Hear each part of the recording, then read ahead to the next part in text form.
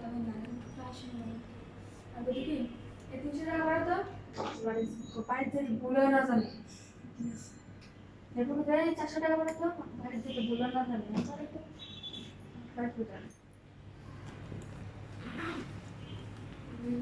আর প্রতিদিন ফোন লাগে তখন 3 টাকা বাড়া 29 টাকা বাড়া 29 টাকা বাড়া আমি বুঝতে পারলাম বাইরে 3 টাকা দিয়ে আমি তোমার খাবার সকালে দিয়ে দিই ওটা দিতে রেখে দিতাম আর ওকে শুন টাকা দাম আবার সিঙ্গেল হয়ে গেছে সিরিয়াস নিতে পারি আগে তো আমার অনেক টাকা করে